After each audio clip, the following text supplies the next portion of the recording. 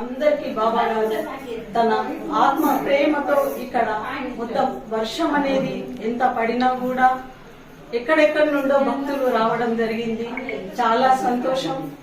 బాబా గారు ఈ రోజు గురు పౌర్ణిమలాగా బాబా గారు అయిపోయారు.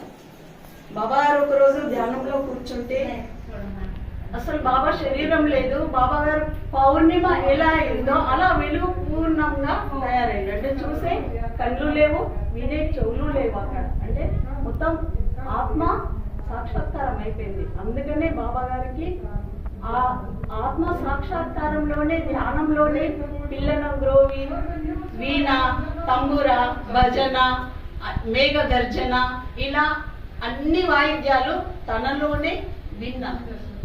అది మన పతంజలి యోగ మహర్షి గ్రంథంలో కూడా ఉంది. ఈ అనాహత గానాలు అంటారు దాన్ని.